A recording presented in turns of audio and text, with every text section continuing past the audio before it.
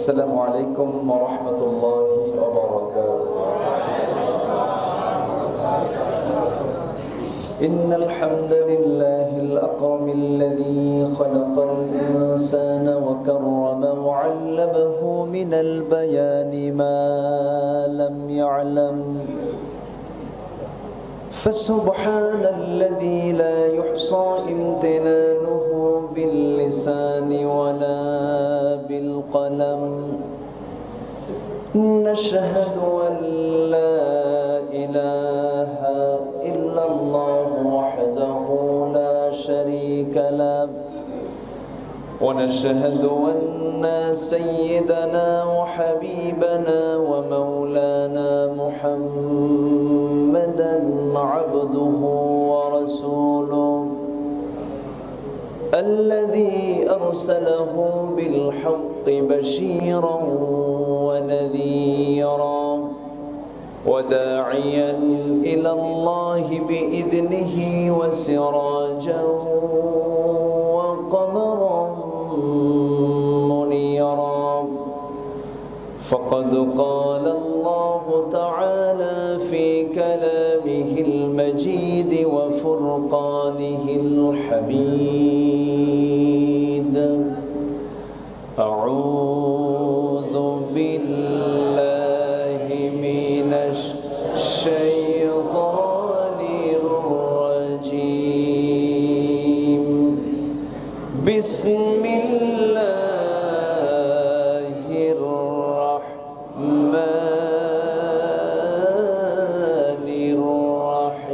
الرحيم. إن الله وملائكته يصلون على النبي يا أيها الذين آمنوا صلوا عليه وسلموا تسليما. اللهم صل على محمد وعلى آل محمد كما صليت على إبراهيم وعلى آل إبراهيم إنك حميد مجيد. اللهم بارك على محمد وعلى آل محمد كما باركت على إبراهيم وعلى آل إبراهيم إنك حميد مجيد. দেশের দক্ষিণ পশ্চিমাঞ্চল যশোর জেলার শার্শা উপজেলার সীমান্তবর্তী অঞ্চল পুটখালি কাঁঠালবাড়ি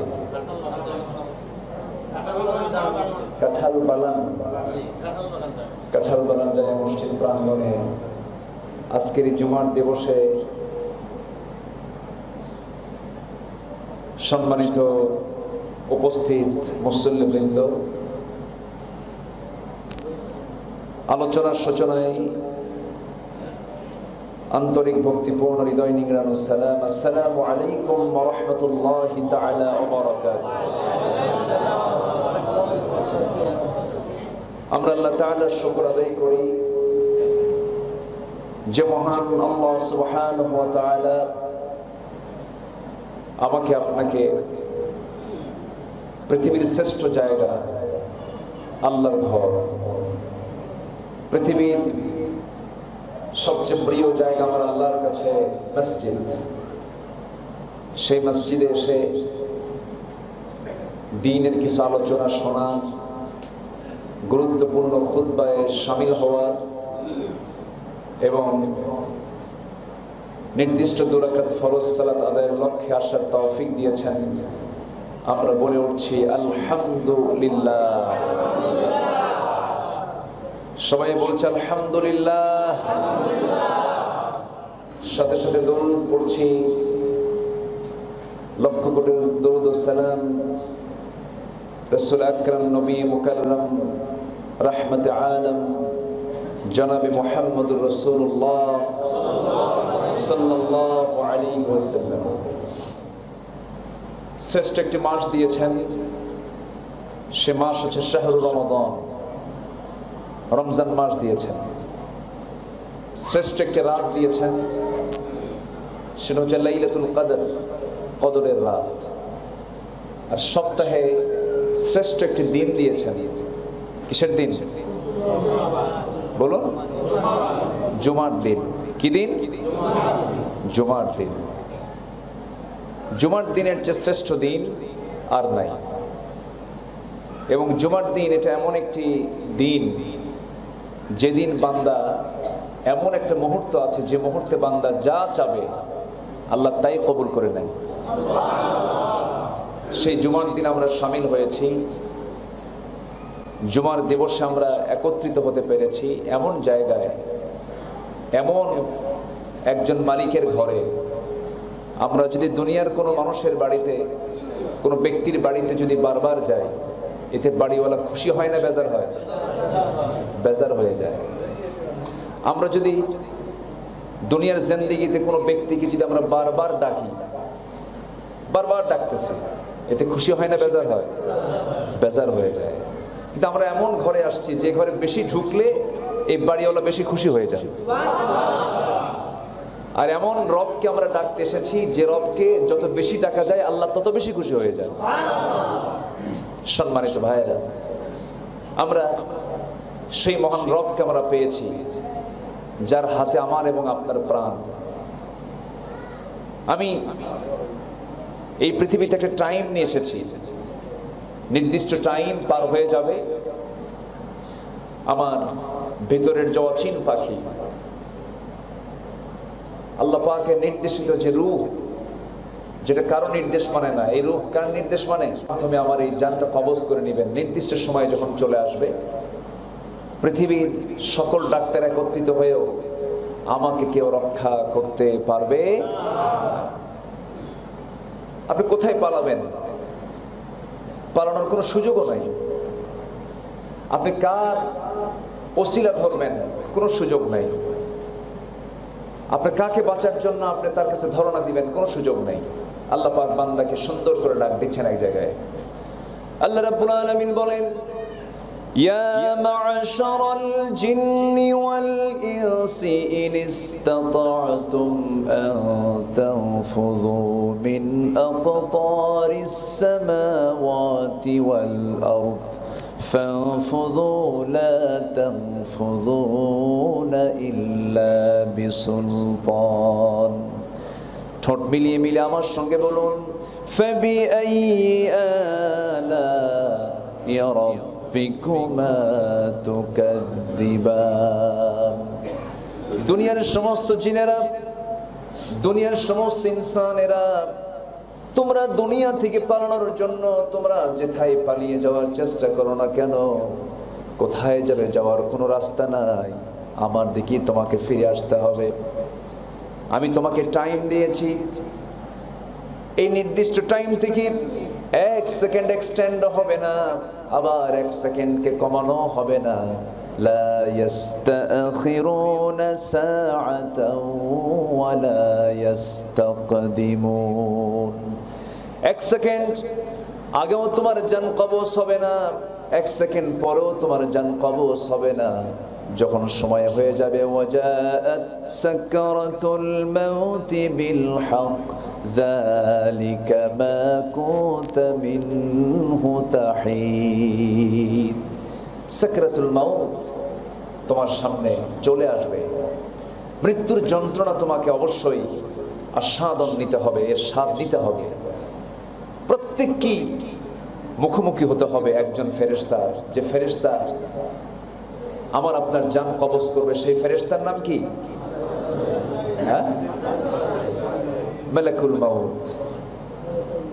মালাকুল মাউত জান কবজের জন্য প্রত্যেক দিন আমার আপনার কাছে 5 বার এসে ঘুরে যায়। কয়বার? 5 বার আসে, কিন্তু সিগন্যাল নাই। মৃত্যুর সিগন্যাল কে দিবেন? আসতে বলবেন না, কে দিবেন? আল্লাহ দিবেন। এখন তার মরণ বাড়িতে হোক, রাস্তায় হোক, অথবা তাকে আঘাত করে মেরে ফেলা হোক, যেভাবেই হোক না কেন, আত্মহত্যার মধ্য দিয়ে হোক, যেটাই হোক না কেন, কিন্তু সেই মৃত্যুর ফায়সালা কার হাতে? আসতে বলবেন না, কার হাতে? আল্লাহর হাতে। সে আল্লাহর সামনে আমাকে আপনাকে হাজিরা যখন দিতেই হবে, প্রিপারেশন নেই হাজিরা দেওয়া উচিত। তারই একটা প্রিপারেশন হলো আজকের জুমার নামাজ আমরা হাজির হয়েছি, আলহামদুলিল্লাহ। জোরে বলি আলহামদুলিল্লাহ। আল্লাহ আমাকে ডাকতে আসতে বলেছেন, আমি আল্লাহর ডাকে সাড়া দিয়ে তার ঘরে এসেছি। তিনি কি মেহমানদারি করবেন না? আমাদের বাড়িতে কোনো মেহমান আসলে আমরা মেহমানদারি যদি না করি, তার ঈমান নিয়ে, তার ঈমান হুমকির সম্মুখীন। বলেছেন মুহাম্মদুর রাসূলুল্লাহ, মান কানা ইউমিনু বিল্লাহ ওয়াল ইয়াউমিল আখির ফালইউকরিম দাইফা, মান কানা ইউমিনু বিল্লাহ ওয়াল ইয়াউমিল আখির ফালইউকরিম জারা। যে ব্যক্তি আল্লাহ এবং পরকালকে বিশ্বাস করলো, সে যেন অবশ্যই মেহমানকে সম্মান করে। সুবহানাল্লাহ বলবেন না? যে ব্যক্তি আল্লাহ এবং পরকালকে বিশ্বাস করে, সে যেন অবশ্যই প্রতিবেশীকে সম্মান করে। তো প্রতিবেশীর গুরুত্ব ইসলামে আছে না নাই? আছে। মেহমানের দাম আছে। তাহলে আমরা এখন কার মেহমান? ঘরটা কার? বানাইছে কে? আল্লাহ। আল্লাহ বানাইছে, বানাইছি আমরা, কিন্তু ঘরটা কার? কার মেটাল এগুলো? মেটাল কিন্তু আল্লাহ। আমরা নড়াচড়া করি একটু। আমার ভাইয়েরা, এই ঘরটা স্পেশালি আল্লাহ তাআলা, আল্লাহ নিজেই বলেছেন আল মসজিদু বাইতুল্লাহ। রাসূলকে দিয়ে জানিয়ে দিয়েছেন মসজিদ হলো আল্লাহর ঘর, এবং রাসূল এই ঘোষণাও দিয়েছেন, যে ব্যক্তি আমার ঘর মসজিদ একটা বানায় দেবে, আমি তার জন্য জান্নাতেও তার জন্য একটা ঘর বানায় দেব। ঘর তো এখন একজন বানায় না, একজন বানায়, বানায় তো গ্রামবাসী মিলে। তাহলে এতগুলো ঘর আল্লাহ দিবে কেন? আল্লাহর তো অভাব আছে, তাই না? অভাব আছে? অভাব নাই। এই পৃথিবীতে প্রত্যেকটি মানুষ অভাবী। হয়তো বলবেন পৃথিবীর সেরা ধনী বিল গেটস, বিশ্বের শীর্ষ যে সমস্ত ধনীগুলো আছে তারা বুঝে অভাবী। কে বলেছে অভাবী? তাদের তো কোনো অভাব থাকার কথা না। এই পৃথিবীর যত ধনী হোক না কেন, প্রত্যেক মানুষই অভাবী। তার বড় প্রমাণ করোনা দেখিয়ে দিয়েছে, এই রোগটা দেখিয়ে দিয়েছে, সব অসহায়ের মতো শীত হয়ে পড়ে আছে। আমেরিকার ওয়াশিংটন অচল হয়ে আছে, ইংল্যান্ডের লন্ডন অচল হয়ে আছে, ভারতের দিল্লি অচল হয়ে আছে। যে সমস্ত শহর নগরগুলোতে এত মানুষের ভিড়াভিড়ি, এত চলমান প্রক্রিয়া, তো ব্যস্তময় একটা নগরী, সেই নগরীকে আল্লাহ পাক অচল করে রেখেছেন শুধুমাত্র একটা সুপ্ত ভাইরাস, যা দেখাও যায় না। ঠিক কি না? মানুষ অচল হয়ে গেছে আজকে। এই দেশের ধনীদের তালিকায় একজন শীর্ষস্থানীয় ধনী ছিল, যমুনা গ্রুপের চেয়ারম্যান, দুনিয়া থেকে বিদায় হয়ে গেল।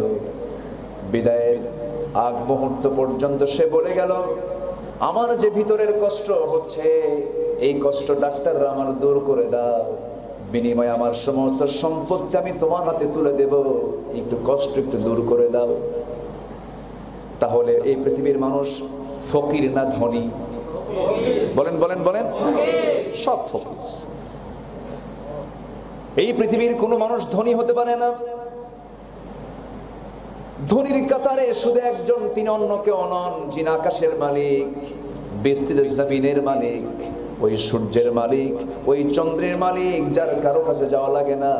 আল্লাহু গনিয়ুল হামিদ। জোরে বলি আল্লাহু আকবার।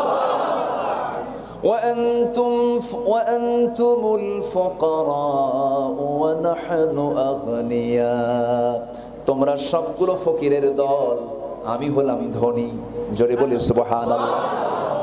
এই চিন্তা মাথায় থাকলে অহংকার থাকে? এখন অহংকার আছে না নাই? যে পত্রিকা সকালবেলা কিনতে 10 টাকা লাগে, সেই পত্রিকা বিকেলবেলা 1 টাকা কেন, 1 কেজি পত্রিকার দামও 10 টাকা থাকে না। অহংকার করে লাভ নাই। জীবনটা হলো একটা বরফের মতো, সকালবেলা বরফ, বিকেলবেলা কি পানি হয়ে যায়। আল্লাহ রাব্বুল আলামিন সেজন্য বলছেন লা তামশি ফিল আরদি মারাহান ইন্নাকা লান তাখরিকাল আরদা ওয়া লা তাবলুগাল জিবালা তুলা। জমিন অহংকার করে চলো না, দাম্ভিকতা নিয়ে চলো না। তোমার দাম্ভিকতায় জমিন এক চুল পরিমাণ ডেবেও যাবে না। তোমার দাম্ভিকতায় তুমি পাহাড়ের চেয়ে উঁচু হতে পারবে না। কারণ এই পৃথিবীতে অহংকার করার একমাত্র যোগ্যতা শুধুমাত্র কেবলমাত্র কার আছে? আল্লাহর আছে। কিন্তু এখন কি ক্ষমতার বড়াই নাই? আসতে বলেন কেন? টাকার বড়াই, চেহারার বড়াই, সম্পদের লড়াই, সম্পদ নিয়ে লড়াই আছে। আল্লাহ রাব্বুল আলামিন তাকাসুরের মধ্যে সুন্দর করে বলছেন আলহাকুমুত তাকাসুর হাত্তা যুরতুমুল মাকাবির কাল্লা সাওফা তা'লামুন সুম্মা কাল্লা সাওফা তা'লামুন কাল্লা লাউ তা'লামুন ইলমাল ইয়াকিন লাতারাফুন্নাল জাহিম সুম্মা লাতারাফুন্নাহা আইনাল ইয়াকিন সুম্মা লাতুসআলুন্না ইয়াওমাইযিন আনিন নাঈম। জোরে বলি আল্লাহু আকবার।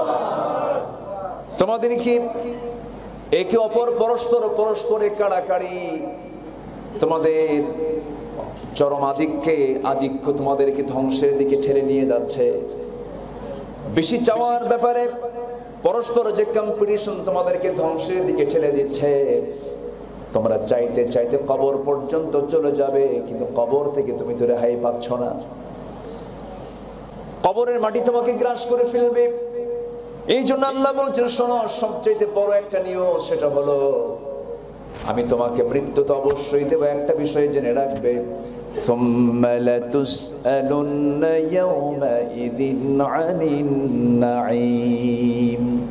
আমি যে তোমাকে এই দুনিয়ায় থাকাকালীন যত নিয়ামত তোমাকে দিয়েছি, তোমার বডি দিয়েছি, তোমার চোখ দিয়েছি, তোমার হাত দিয়েছি, তোমার পা দিয়েছি, তোমার অঙ্গ প্রত্যঙ্গ দিয়েছি, শ্বাস নেওয়ার জন্য অক্সিজেন দিয়েছি, ফল ফলাদি দিয়েছি। কত ফলমূল দিয়েছেন কে? আল্লাহ। এই যারা আশা রাখবে আমার নাসির ভাই আমাকে ঘরের মধ্যে বসায় বলেন খান, নাসির ভাই খাওয়াচ্ছেন না আল্লাহ খাওয়াচ্ছেন? আসতে বলেন কে খাওয়াচ্ছেন? কে খাওয়ায় আমার আপনারে? আল্লাহ খাওয়ায়। পৃথিবীর একজন মানুষ একটা চাউল বানাতে পারবে না, পৃথিবীর একজন মানুষ একটা দানা বানাতে পারবে না। সব নিয়ামতগুলো কে দিয়েছেন? আল্লাহ দিয়েছেন।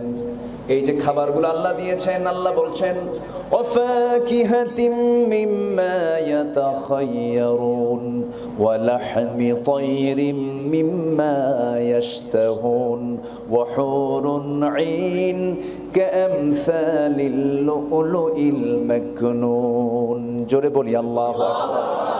আমি যে আয়াত হাদিসগুলো বলতেছি বিরক্ত হচ্ছেন নাকি? না ভাবতেছেন হুজুর একটু বাংলা খান, এরকম ভাবতেছেন নাকি? এখন তো এই যে যেখানে আলোচনা করি ভাবতে হয় যে গোটা পৃথিবীবাসী আমার আলোচনাগুলো শুনতেছে।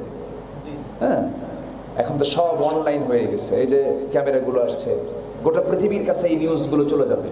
এই জন্য আমাদের আলোচনা খুব মেপে ঝেপে ভাবতে হয় যে সামনে আমার কোটি মানুষ বসে আছে, এই চিন্তা মাথায় নিয়ে কথা বলতে হয়। গোটা পৃথিবীবাসীর সামনে কথা বলছে, এই চিন্তা মাথায় নিয়ে কথা বলতে হয়। সম্মানিত ভাইয়েরা, আল্লাহ পাক বলছেন জান্নাতে তোমাদের জন্য প্রথমে দেব, তোমাদেরকে ফল দেব। কি দেব? আমরা কি প্রথমে খাই না পরে খাই? বলেন, ফলটা কি প্রথমে খাই না পরে খাই? না,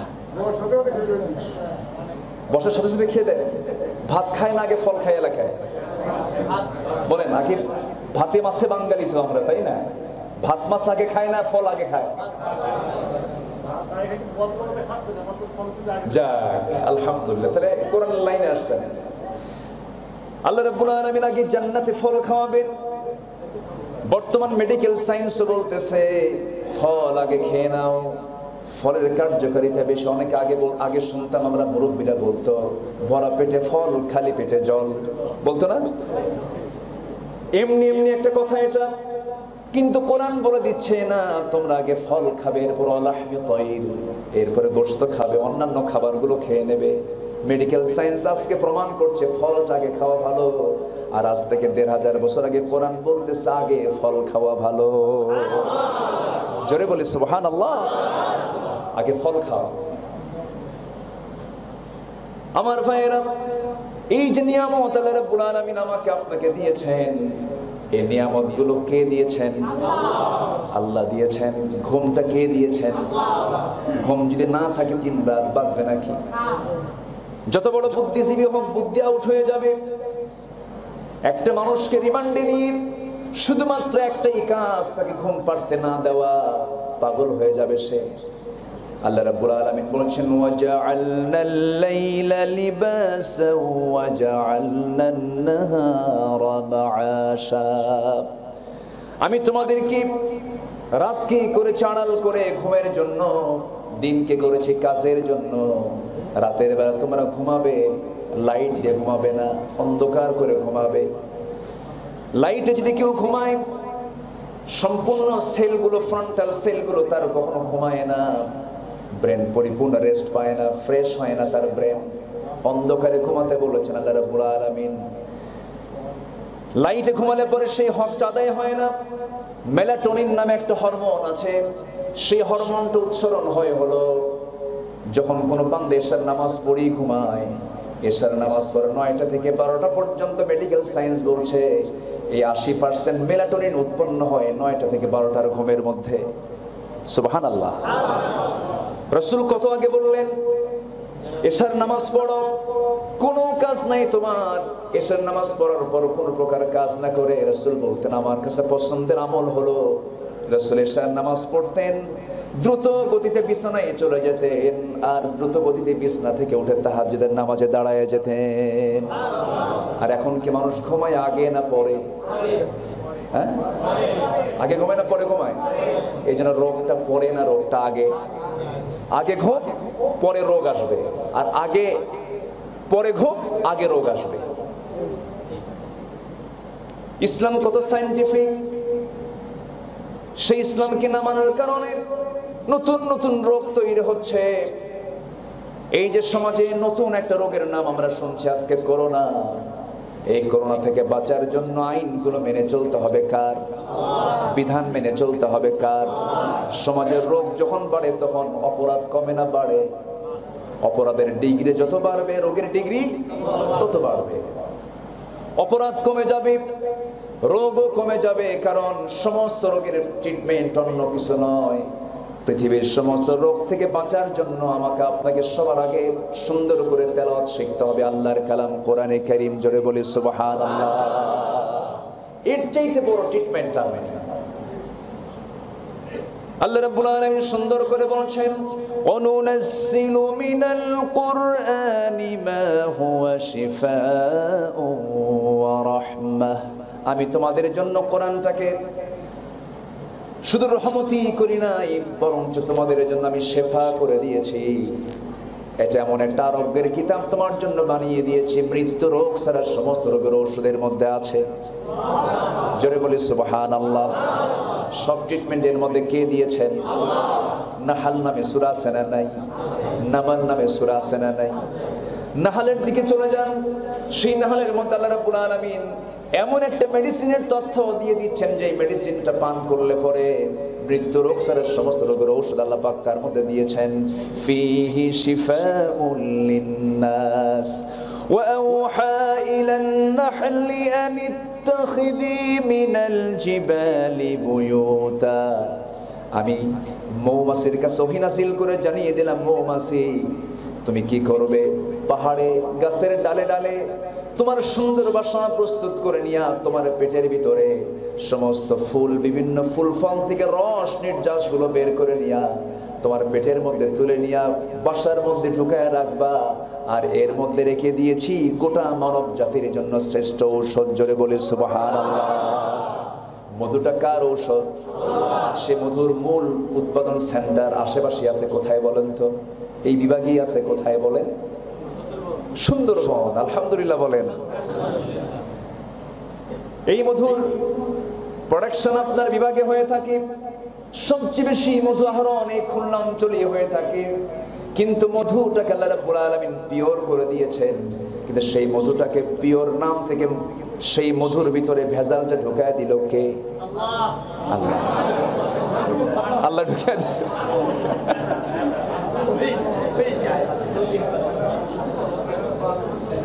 মধু দিলেন কে? ভেজাল করলো কে? আমরা। অসুখ সারবে কেমনে? অসুখ তো সারার কোনো উপায় নাই। ওষুধও দিয়েছেন আল্লাহ, রোগও দিয়েছেন আল্লাহ। সহিহ হাদিস এসেছে, রাসূল বলেছেন এমন কোন রোগ নাই যে রোগের ঔষধ আমি আল্লাহ নাজিল করি নাই। রাসূল বলেছেন, তিনি বলেন, আমার আল্লাহ বলেন, আল্লাহ কি বলছেন যে আমি এমন কোন রোগ দেই নাই যে রোগের ঔষধ আমি দেই নাই। রোগ আছে যেখানে, ওষুধ আছে সেখানে, কিন্তু ঔষধ নষ্ট করে ফেলি আমরা। আমার ভাইয়েরা, নতুন নতুন রোগ আসার অন্যতম একটা কারণ হলো সমাজে যখন অবাধ যৌনাচার হয়ে যাবে, পর্দার পরিবেশ থাকবে না, মেয়েদের মধ্যে কাপড়ের কোনো সৌন্দর্য থাকবে না, ভারসাম্যপূর্ণ পোশাক যখন পরা বন্ধ হয়ে যাবে। আজকে সমাজে এগুলো আছে না নাই? আসতে বলবেন না, আছে না নাই? ধর্ষণ তো সর্বশেষ স্টেজ, ধর্ষণ লাস্ট। প্রথম হলো দর্শন। প্রথম কি? দর্শন। এরপরে আকর্ষণ, এরপরে ঘর্ষণ, এরপরে ধর্ষণ। ঠিক কিনা? তাহলে আগে কি?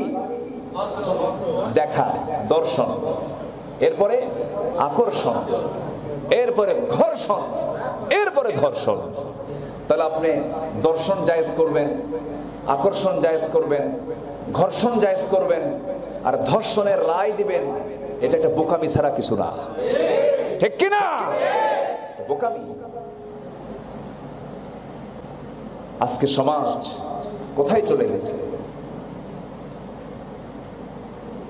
এটা রায় আল্লাহ পাক কত আগে জানিয়ে দিয়েছেন। ধর্ষণের বিচার, ব্যভিচারের বিচার, এটা নিয়ে আজকে মন্ত্রী পরিষদ বসে, সংসদ বসে, কত চিন্তা, কত ফিকির।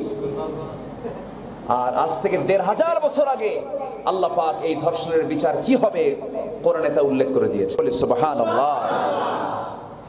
সম্মানিত ভাইরা, ওরা এটা চায় না, কোরআনটাকে এক শ্রেণী চায় না। এরকম মুসলমান নাম কা ওয়াস্ত আমার দেশে আছে না নাই? কোরআনটাকে শুধু তারা নামাজে মানতে চায়, দান সদকায় মানতে চায়, মসজিদে মানতে চায়, কিন্তু সমাজে কোরআনটা মানতে হবে এটা তারা বিশ্বাস করতে চায় না। এরা সেই মুনাফিকদের তারা উত্তরসূরি, যে মুনাফিকরা রাসূলকে কষ্ট দিত। সেই মুনাফিকরা এখন আছে না নাই? আচ্ছা। সম্মানিত ভাইয়েরা, সম্মানিত বন্ধুগণ,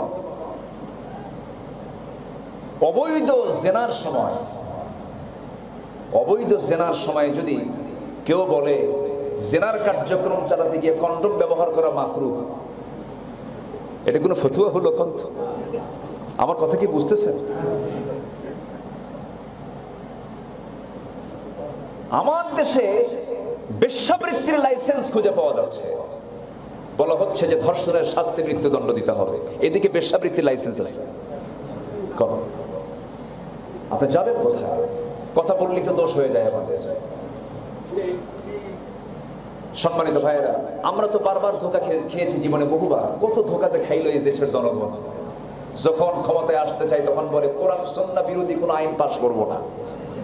অনেক কিছু কয় না? অনেক কিছুই বলে। আলহাজ নাম ব্যবহার করা হয়, মাথায় টুপি নিয়ে আসা হয়, পাগড়ি নিয়ে আসা হয়, মাথায় পট্টি বাঁধা হয়, তসবি চলে আসে, জায়নামাজ চলে আসে, হাতে কোরআন চলে আসে। নির্বাচনের আগ দিয়ে সব মনে হয় যে আসমান থেকে ফেরেশতা নাজিল হয়েছে। এরকম কিছু আছে না নাই? ওই ছাগলওয়ালার মতো এক ছাগলওয়ালা আল্লাহকে বলতেছে, আল্লাহ আমার ছাগির পেটে কয়টা বাচ্চা আছে জানি না, তুমি যদি আমার ছাগির পেট থেকে 2টা বাচ্চা দাও, আমি তোমার পথে একটা উট কুরবানি দেব। কি কুরবানি দেবে? চাচ্ছে কি? ছাগলের বাচ্চার জন্য কি কুরবানি দেবে? এটা কি আসলে দেবে না ধোকা দেবে? তা আমরা এরকম ওই ছাগলওয়ালার মতো শুধু ধোকাই পাইছি। ঠিক কিনা? ধোকা পেয়েছি। আমার ভাইয়েরা, সমাজে যত রোগ আছে সমস্ত রোগ দূর হয়ে যাবে। আগুন দাউ দাউ করে জ্বলতেছে, কোনো বাড়িতে আগুন ধরে গেছে, মেসের কাঠি থেকে আগুন লেগে গেছে, আগুন ধরেছে বাড়িতে। গ্রামের লোকজন সবাই হাতের মধ্যে আগে কি নেবে? বালতি নেবে। বালতি নিয়ে পুকুর খুঁজবে, আশেপাশে পানি খুঁজবে, ফায়ার সার্ভিসকে ফোন দেবে, আসুন তাড়াতাড়ি চলে আসুন আগুন নেভানোর জন্য। যদি আপনি জামানার কুতুব নিয়ে হাজির হয়ে বলেন, হুজুর আপনি একটু দোয়া করে দেন আগুন যেন বন্ধ হয়ে যায়, বন্ধ হবে নাকি? বন্ধ হবে না। আগুন বন্ধ করার জন্য দরকার হলো পানি। সেই পানির জন্য আমি আপনি ছুটব। বাড়িওয়ালা চিৎকার করে বলতেছে, আগুন ধরেছে, কি আছো আমাকে বাঁচাও। ওই আগুন লাগা বাড়ির পাশে দিয়ে একটা রাস্তা চলে গেছে, একজন ভ্যান নিয়ে যাচ্ছিল, ভ্যানের উপরে রেখে দিয়েছে এক ড্রাম ডিজেল ভর্তি, এক ড্রাম। যখন শুনছে যার কাছে যা কিছু আছে তা নিয়ে আমারে বাঁচাও, বিসমিল্লাহ বলে এই ডাক শুনেই ড্রাম ভর্তি ডিজেল ভর্তি ড্রাম দিছে ঢেলে, তার মধ্যে কমবে না বাড়বে? বিসমিল্লাহ কইছে, কাম হবে? আমার দেশে বিসমিল্লাহ বলেও সুদের আইন পাস হয়, আছে না নাই বলেন তো? চোর যখন চুরি করে, চুরি করতে গিয়ে আল্লাহর নাম কম নেয় না বেশি নেয়? কথা বলছেন? কিন্তু আল্লাহর নাম নিলে তার গুনাহ কম হবে না বেশি হবে? বেশি হবে। খারাপ কামে আল্লাহর নাম নিলে ওই কামের এক গুনাহ, আল্লাহর নাম নেওয়ার কারণে আরেকটা গুনাহ হয়ে যাবে।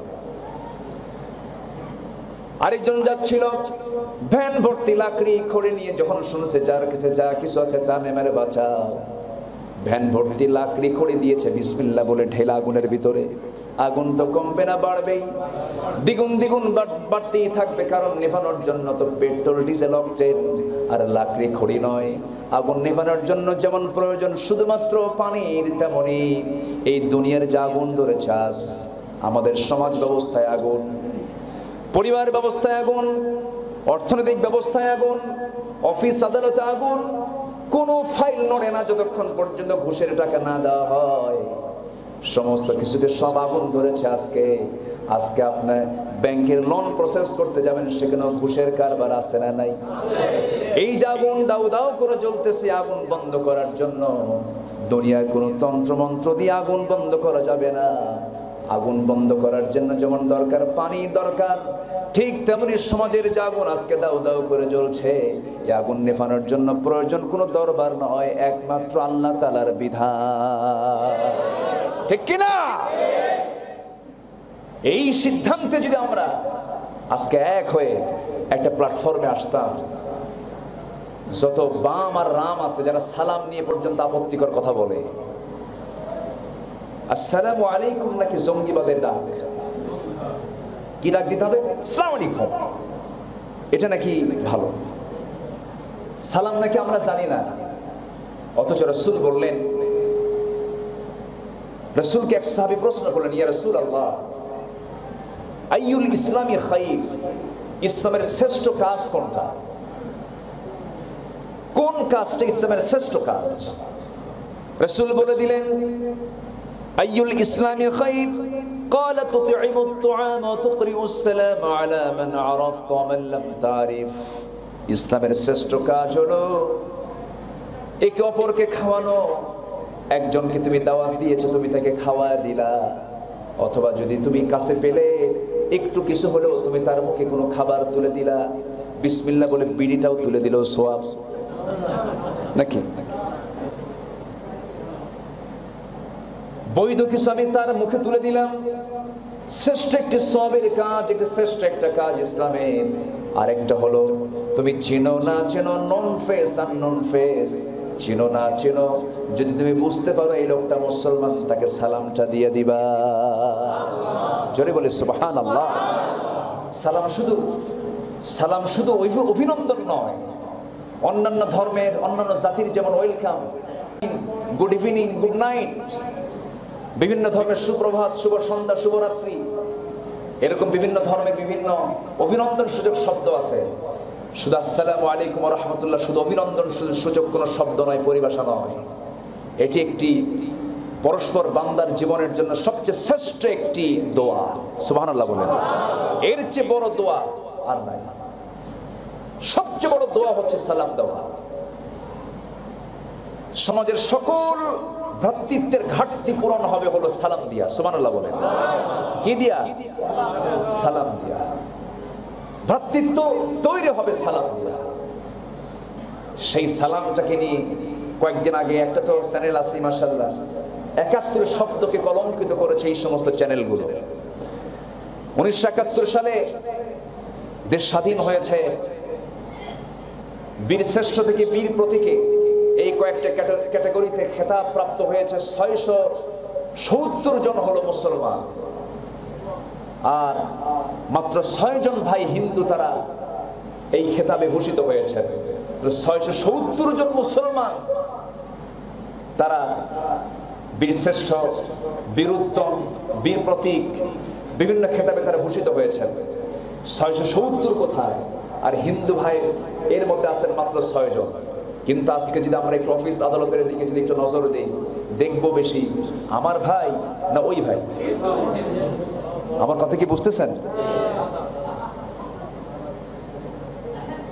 সম্মানিত ভাইয়েরা, আমি তাদেরকে খাটো চোখে দেখছি না, তারাও আমাদের ভাই, মানুষ তো।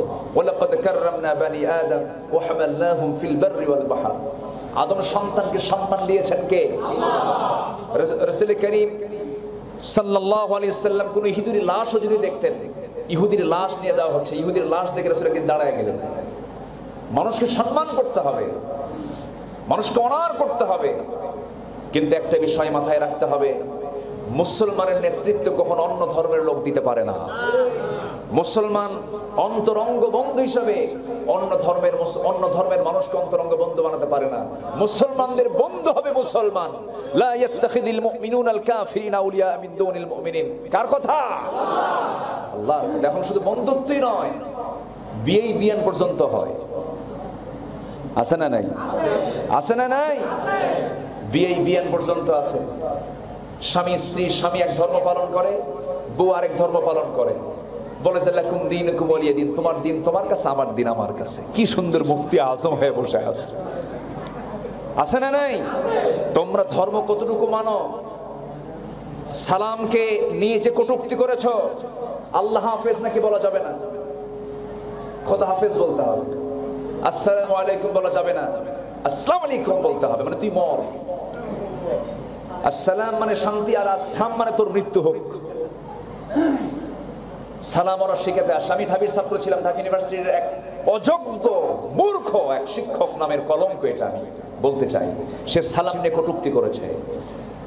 সালাম নিয়ে কটূক্তি মানে কি? ধর্মীয় অনুভূতিতে আঘাত করেছে। তোমরা এসির ঘরের মধ্যে বসে চতুর্দিকে পাহারা নিয়ে তোমার এই সমস্ত মন্তব্যগুলো ঘরের মধ্যে করো, রাস্তায় এসে নামো, রাজপথে নামো, জনগণ কাবাবার সালাদ বানায়া ছাড়বে তোদের, ঠিক কিনা? সালাম শিখিয়েছেন মুহাম্মদ সাল্লাল্লাহু আলাইহি ওয়াসাল্লাম। সালামের কথা কোরআনে আছে না নাই?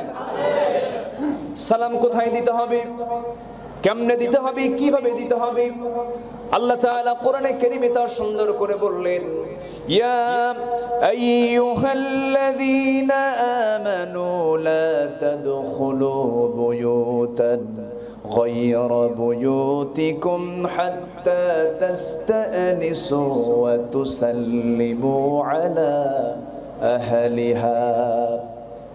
ঈমানদারেরা, কেউ কারো বাড়িতে না জেনে, না শুনে, না অনুমতি না নিয়ে কারো ঘরে তোমরা প্রবেশ করতে যেও না।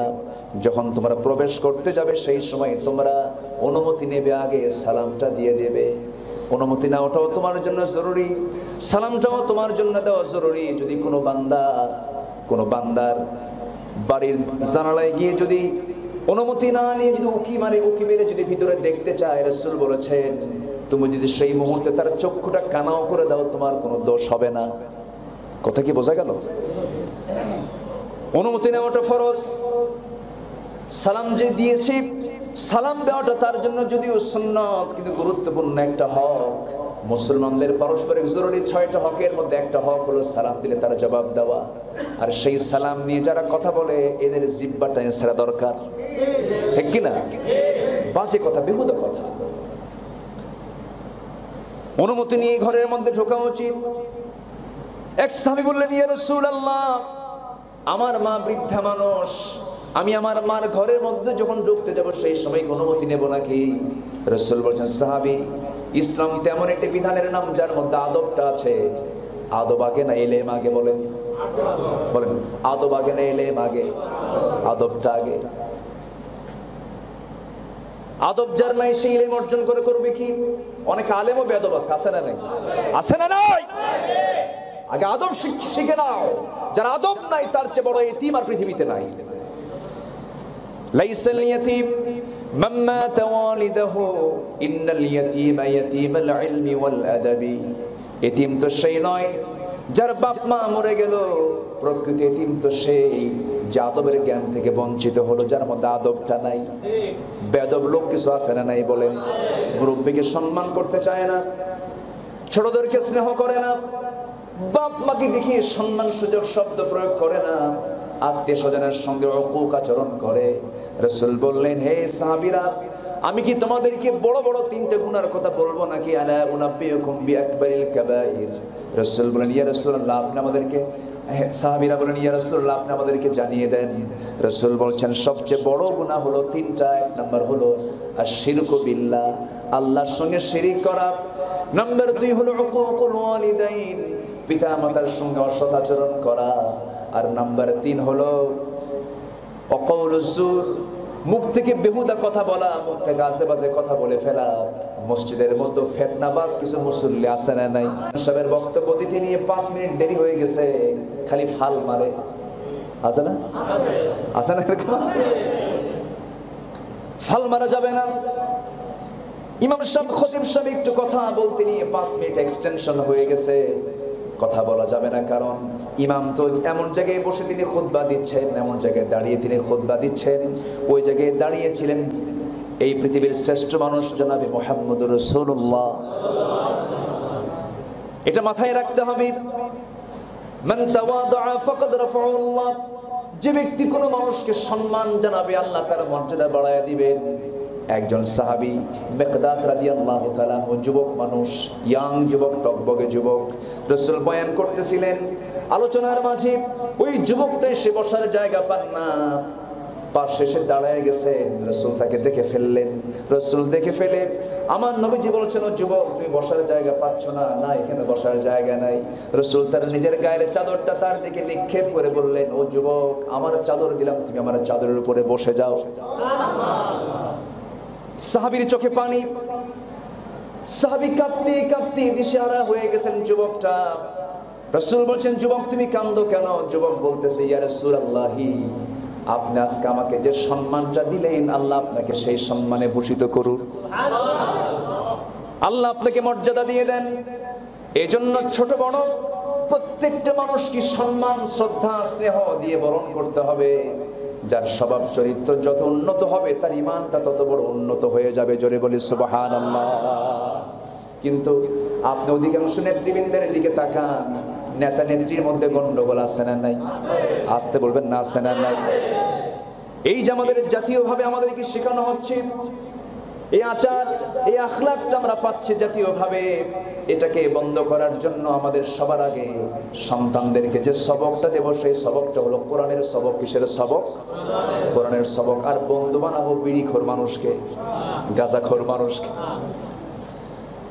বন্ধু নির্বাচন করতে গেলে 3টা বিষয় খেয়াল করতে হবে। সর্বোত্তম বন্ধু কি হবে? রাসূল বলেছেন, সে হবে আমার সর্বোত্তম বন্ধু যার দিকে তাকালে আল্লাহর কথা মনে হয়, যার দিকে তাকালে পরে ইলমটা বেড়ে যায়, জ্ঞানটা বেড়ে যায়, যার দিকে তাকালে পরে আখিরাতের কথা মনে হয়ে যায়, সে হবে আমার প্রকৃত বন্ধু। মান তাশাব্বাহা বিকওমিন ফাহুয়া মিনহুম, যে যার সঙ্গে সম্পর্ক রাখবে কিয়ামতের দিন তার সঙ্গে তার হাসর সমাসর হয়ে যাবে। এই জন্য দুনিয়ার জিন্দেগিতে আমরা যে মিশবো যার সঙ্গে, কথা বলবো যার সাথে, মনের সঙ্গে মিলবো যার সাথে, মন দিয়ে মিলবো যার সাথে, সে হবে অধম মানুষ না উত্তম মানুষ। ভাবতে হবে আমার চেয়ে উত্তম কে আছে, আমার চেয়ে ভালো কে আছে, আমি তার সঙ্গে মিশবো। আমি যেন আমার চরিত্রকে সুন্দর করে রাখতে পারি। একজন বিড়িখোরের সঙ্গে বিড়ি খাওয়া ছাড়া লোক যদি 10 দিন মিশে যায়, তারা টান মারা বন্ধ হবে না, চালু হবে? চালু হয়ে যেতে পারে। অন্তরঙ্গ বন্ধু তাকে বানানো যাবে না। যেখানে গেলে পরিমাণটা চিন্তাই হওয়ার সম্ভাবনা আছে, দূরে থাকার চেষ্টা করতে হবে। আমার বন্ধুগণ, এই দুনিয়া ছেড়ে আমি আপনি চলে যাব। আমার রাসূল এমন কিছু বন্ধু বানিয়েছেন, সাহাবায়ে কেরাম কত ইসলাম পূর্ব জিন্দেগিতে কত নোংরামি করেছেন। ওমরে ফারুকের ইতিহাস কার না জানা আছে? রাসূলকে মারার জন্য সকালবেলা প্রস্তুত নিচ্ছেন ওমরে ফারুক। ইসলাম কবুল করে নিয়ে গ্রহণ করেন। তিনি হলেন জগৎধন্য একজন আল্লাহর বান্দা। জোরে বলে সুবহানাল্লাহ। খারাপ বন্ধু না ভালো বন্ধু? ভালো বন্ধু। ভালো বন্ধু আমরা তালাশ করব, সৎ বন্ধু আমরা তালাশ করব। আজকে সৎ বন্ধুর বড় অভাব। একজন ভালো বন্ধু বড় একটা লাইব্রেরির চেয়ে বড়। একটা লাইব্রেরিতে আপনি সব বই আপনি পড়তে পারবেন না, কিন্তু একজন ভালো বন্ধু আপনি যদি তাকে পেয়ে যান, একটা বিশাল বড় লাইব্রেরি কাজ হয়ে যাবে। আপনি তার থেকে জানবেন, শিখবেন, প্র্যাকটিক্যাল বুঝবেন। জোরে বলি সুবহানাল্লাহ। কিন্তু আজকে বুঝবেন, যার কাছ থেকে বুঝবেন জানবেন, যার কাছ থেকে আমরা শিখবো জানবো, এই সমাজের ভিতরে, এই দুনিয়ার ভিতরে আল্লাহর স্বীকৃতি হলো সেই সমস্ত বান্দাগুলো আমার কাছে সবচেয়ে বেশি প্রিয়। আমি আল্লাহ আমাকে বেশি ভয় করে যারা নাকি আলেম ওলামা। আলেম ওলামা হলো এই পৃথিবীতে আল্লাহর কাছে সবচেয়ে দামি সেই সমস্ত বান্দাগুলো যাদেরকে আমরা বন্ধু বানাবো। বন্ধু বানাবেন কেমনে? আমরা তো তাদেরকে কাছেই পাচ্ছি না, তাদেরকে আড়াল করে রাখা হয়েছে। আসতে কোন কেন? ঠিক কিনা? আড়াল করে রাখা হয়েছে। তাদেরকে দেখতে পাই না, তাদের সহবত আমরা পাচ্ছি না। চোর, গুন্ডা, বদমাইশ, মাস্তান, খুনি, হাতের ভিতরে তাজা রক্ত লেগে আছে এমন লোকগুলো সমাজে চলাফেরা করে। চোর বাটপার গুলো সমাজে চলাফেরা করে। আর জগৎধন্য আলেমে দ্বীন যাদের হাতে শত সহস্র অন্য ধর্মের মানুষ কালিমার অমিয়সুদা পান করে মুসলমান হয়ে গেছে, আজকে তাদের বিরুদ্ধে ধর্ষণের তকমা লাগিয়ে দিয়েছ। আজকে তোমরা ধর্ষণ দলে রূপান্তরিত হয়েছ। ঠিক কিনা? আল্লাহর সিদ্ধান্ত অন্য ধরনের সিদ্ধান্ত। দেশে যত ধর্ষণের তকমা, কোন আলেমদেরকে স্পর্শ করে নাই আজ পর্যন্ত। ঠিক কিনা? সম্মানিত ভাইরা, আমি যে আলোচনা করতেছি বিরক্ত হচ্ছেন নাকি আপনারা? আলোচনা চালিয়ে যাব? কারো কোনো আপত্তি? আজকে জুমার নামাজ নাই? আছে না নাই? আচ্ছা, আজকে একটু তাড়াতাড়ি আজান দিয়ে দিয়েছি। আবার এটা নিয়ে আবার কোনো যেন ফতুয়াবাজি না হয়। আমার দেশে তো সামান্য বিষয় নিয়ে লাগে, বড় কিছু নিয়ে লাগে না। সুদ ঘুষ চলছে। পূজা মণ্ডপ, ঠিক আছে, হিন্দু ভাইরা চালাচ্ছেন, ভালো কথা, পূজা মণ্ডপ চলে। সাহসী হিরো আলম দিয়া সিনেমা হল চালু হলো, তাই না? সাহসী হিরো আলম, তারা দিয়া দেশের 50টা সিনেমা হল ওপেন হলো। আর ওয়াজ মাহফিল হলে নাকি ধর্ষণ বাড়ে। এই সমস্ত কথা তো শয়তান শুনলেও রাগ করে। শয়তান কয়, আমিও তো বিভিন্ন মিথ্যা কথা কই, কিন্তু আমি পারলাম না তোদের সাথে, তোরা আমার নানা। ওয়াজ শুনলে নাকি ধর্ষণ বাড়ে। এই সমস্ত কথা তাদের মুখেই মানায় যাদের জন্মে ভেজাল আছে। ঠিক কিনা? যাদের জন্মগত সমস্যা, তারা এই জাতীয় মন্তব্য করতে পারে।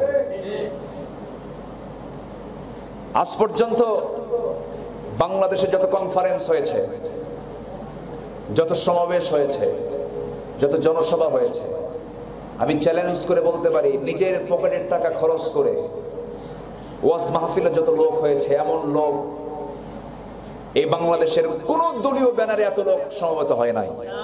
ঠিক কিনা?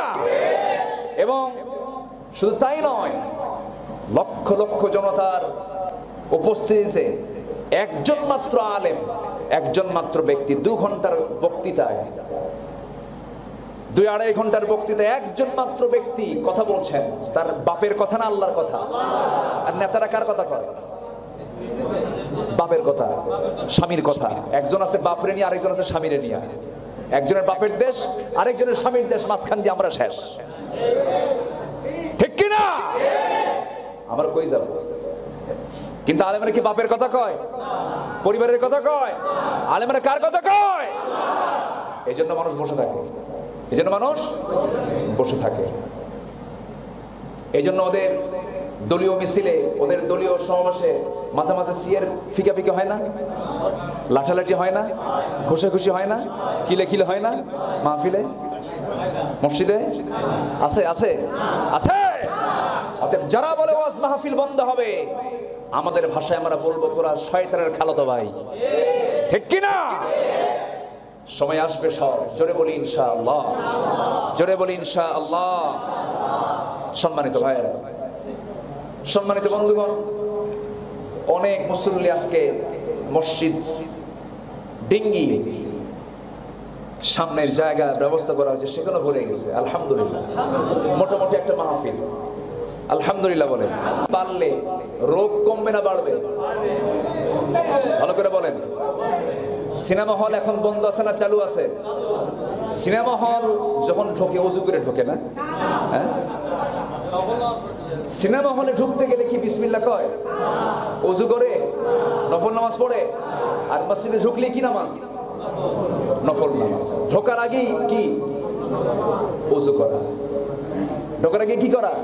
ওযু করা। এমনকি জুমার দিনে গোসল করা ওয়াজিব। গোসল করা ওয়াজিব। ইমাম শাফিঈ বলেছেন, ইমাম শাফিঈ রাহমাতুল্লাহ আলাইহি তিনি বলেছেন জুমার দিন গোসল করা ওয়াজিব।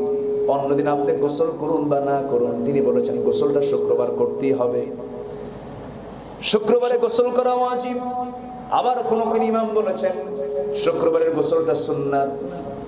সুন্নাতটার ব্যাপারে অনেকে বলেছেন তবে জুমার দিনে গোসলের গুরুত্ব আছে না নাই বলেন?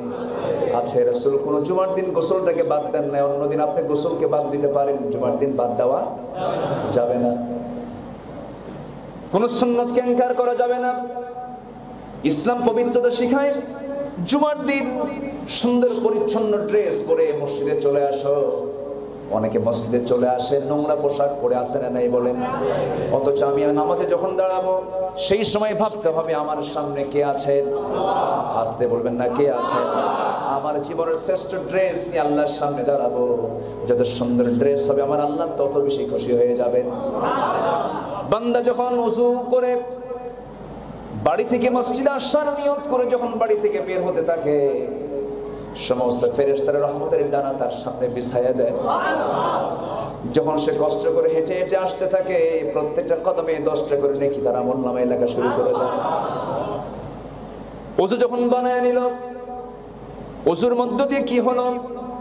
হাতের সগীরা গুনাহগুলো মাফ হয়ে গেল, মুখের সগীরা গুনাহগুলো মাফ হয়ে গেল, মাথা যখন মাসে করলো মাথার সগীরা গুনাহগুলো মাফ হয়ে গেল, দুই পা যখন দৌত করে দুই পায়ের সগীরা গুনাহগুলো মাফ হয়ে যায়।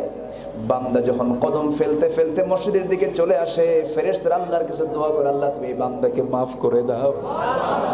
বান্দা যখন জুমার নামাজে, ফজর নামাজে, আসর নামাজে, মাগরিবের নামাজে, ইশার নামাজে যখন চলে আসে, যখন বান্দা সেজদায় চলে যায়, সেজদায় যখন বান্দার মাথা যখন সেজদায় যখন লুটিয়ে দেয়, মাথা জমিনে লুটিয়ে দেওয়ার সঙ্গে সঙ্গে মাথার যতগুলো গুনাহ আছে সমস্ত গুনাহগুলো আল্লাহ পাক জমিনে ঝরায় ফেলে তাকে নিষ্পাপ মাসুম বাচ্চা বানায় নেয়। আল্লাহ কি বান্দাকে গুনাহগার দেখতে চান নাকি? বান্দাকে গুনাহগার দেখতে চান না। বান্দাকে যদি গুনাহগার দেখতে চাইতেন সূরা তাওবা নাযিল করতেন না, মাফের রাস্তা তিনি খোলা রাখতেন না। আল্লাহ রাব্বুল আলামিন সুন্দর করে বলছেন, ইয়া আইয়ুহাল্লাযীনা আমানু তুবু ইলাল্লাহি তাওবাতান নাসুহা। ঈমানদারেরা, তোমরা আমার কাছে তওবার মতো তওবা করো, যে তওবাটা আমার কাছে পছন্দের তওবা, সেই তওবাটা আমার কাছে করো। এমন তওবা করো, চুরি করেছি আর জীবনে চুরি করব না, ডাকাতি করেছি আর জীবনে ডাকাতি করব না, ঠকিয়েছি মানুষকে আর জীবনে ঠকাবো না, মিথ্যা কথা বলেছি আর জীবনে মিথ্যার আশ্রয় নেব না, জেনা করেছি আর জীবনে জেনা করব না, বান্দার হক নষ্ট করেছি আর জীবনে বান্দার হক নষ্ট করব না, গীবত করেছি আর জীবনে গীবত করব না, বহতান করেছি বহতান আর জীবনে করব না, মিথ্যা সাক্ষ্য দিয়েছি জীবনে আর মিথ্যা সাক্ষ্য দেব না, বান্দার হক নষ্ট করেছি আর জীবনে বান্দার হক নষ্ট করব না, গীবত করেছি আর জীবনে গীবত করব না, বহতান করেছি বহতান আর জীবনে করব না, মিথ্যা সাক্ষ্য দিয়েছি জীবনে আর মিথ্যা সাক্ষ্য দেব না। ব্যবসা করতে নিয়ে ভেজাল করেছি, নাম্বার 2 করেছি, 2 নাম্বারই করেছি, আর জীবনে করব না। ইখলাসের সাথে যদি বান্দা সিজদায় পড়ে আল্লাহর কাছে কান্দে, আল্লাহর কসম করে বলি, আল্লাহ ওই বান্দার তওবা কবুল করে তাকে জান্নাতের ফয়সালা দিয়ে দিবে। আমাকে মহব্বত করার জন্য পৃথিবীতে সবচেয়ে কে বেশি অগ্রগামী? আল্লাহ। আসতে বলবেন না, কে অগ্রগামী? আমাকে সবচেয়ে বেশি ভালোবাসেন কে? মা, মা, বাবা, ভাই, বোন, স্বামী, স্ত্রী না? কিন্তু আমরা পাগল কার জন্য? আল্লাহর জন্য না, এই সমস্ত আত্মীয়র জন্য। বইয়ের জন্য স্বামী পাগল, স্বামীর জন্য বউ পাগল। স্বামী ছাড়া বউ বাঁচে না, বউ ছাড়া স্বামী বাঁচে না, অস্থির হয়ে যায়। শেষ পর্যন্ত স্বামীর জন্য আত্মহত্যা করে এমন মহিলাও আছে না নাই? বইয়ের জন্য আত্মহত্যা করে স্বামী আছে না নাই? আছে। আপনার প্রেমে ভুল হয়ে গেছে, আপনার মহব্বতে ভুল হয়ে গেছে। স্বামী স্ত্রী মহব্বতটা হবে, সেই মহব্বতের মধ্যে মূল শত্রু থাকতে হবে। কার শত্রু? আল্লাহর শত্রু থাকতে। আমি স্ত্রীকে ভালোবাসবো কার জন্য? সন্তানকে ভালোবাসবো কার জন্য? একজন নবী ছিলেন, যে নবীর সন্তানটা পর্যন্ত তার নবুয়তকে অস্বীকার করেছিল, সেই নবী নৌকা বানিয়েছিলেন, সেই নৌকায় তিনি চড়েছিলেন। সেই নবীর নামটা কি বলেন? এত সুন্দর করে বললেন, বাড়ি মনে হয় আশেপাশে। খুব সুন্দর করে বলেছেন আপনারা। নূহ আলাইহিস সালাতু ওয়াস সালাম, তিনি হেসেছেন কম, কেঁদেছেন বেশি। 900 বছর দাওয়াত দিয়েছেন, মার খেতে খেতে রক্তাক্ত হয়েছে। বউ পর্যন্ত কথা শুনে না। ইমরাআত নূহ ওয়া ইমরাআত লূত আলাইহিস সালাতু ওয়াস সালাম, নূহ আলাইহিস সালাতু ওয়াস সালাম পৃথিবীতে ব্যতিক্রম 2 জন নবী, যার 2 জন স্ত্রী, তাদের কথা শুনে নাই। আল্লাহর পয়গম্বর হওয়ার পরও বউকে তিনি তার পথে আনতে পারেন নাই। এখান থেকে সবচেয়ে বড় প্রমাণ হলো, হেদায়েতের মালিক পৃথিবীতে কোনোদিন বান্দা হতে পারে না। ঠিক কি না? নবী তার বউকে ঠিক করতে পারেন নাই। আমি আপনি চাইলে কি ঠিক হবে? নবীরা তার সন্তানকে ঠিক করতে পারেন নাই, আমি আপনি চাইলে হবে না। এই জন্য আল্লাহ বলেছেন, ইন্নামা আমওয়ালুকুম ওয়া আওলাদুকুম ফিতনা। সম্পদ তোমাদের জন্য পরীক্ষার জন্য করেছি, সন্তানটা পরীক্ষার জন্য করেছি।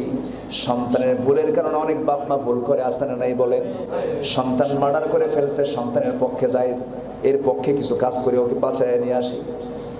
আমার সন্তান যদি অপরাধ করে, অপরাধকে প্রমাণস্বরূপ সেই বাবাকে আগে আসতে হবে। কারণ অন্যায় যে করুক না কেন, অন্যায়ের ব্যাপারে কোনো আপোষ করা যাবে না, স্বজনপ্রীতি দেখানো যাবে না।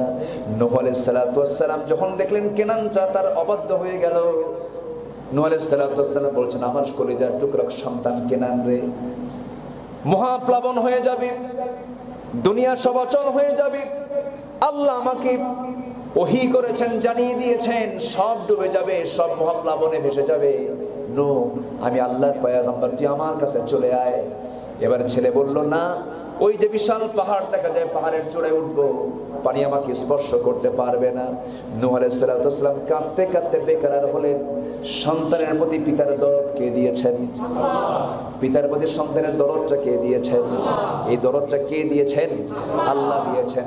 যে আল্লাহ দিয়েছেন দরদ, সে আল্লাহ আবার জানিয়ে দিচ্ছেন, নূহ রে, তোমার সন্তান কলিজার টুকরা হতে পারে, কিন্তু দিন যে মানলো না, এই জন্য আমি আল্লাহ সিদ্ধান্ত দিলাম, ইন্নাহু লাইসা মিন আহলিক, সে আপনার পরিবারের কেউ নয়, সে আপনার পরিবারের কেউ হতে পারে না। কারণ পরিবারের হতে হলে একমাত্র শর্ত হলো আমার দিনকে মেনে নেওয়া। সন্তান আমার হবে যখন সে দিন মানবে, ঠিক কিনা? সন্তান আমার হবে না যখন সে দিনকে মানবে না। আল্লাহু আকবার বলে। সমস্ত সম্পর্কের ভিত্তি কে? আসতে বলবেন না, কে? আল্লাহ। সমস্ত সম্পর্কের ভিত্তি হতে হবে আল্লাহ তাআলা। সন্তান অবাধ্য হয়ে গেল, কাফিরদের কাতারে চলে গেল, বউ কাফিরদের কাতারে চলে গেল, কিন্তু আল্লাহর পয়গম্বর সাল্লাল্লাহু আলাইহি দিন থেকে এক চুল পরিমাণ নড়লেন না।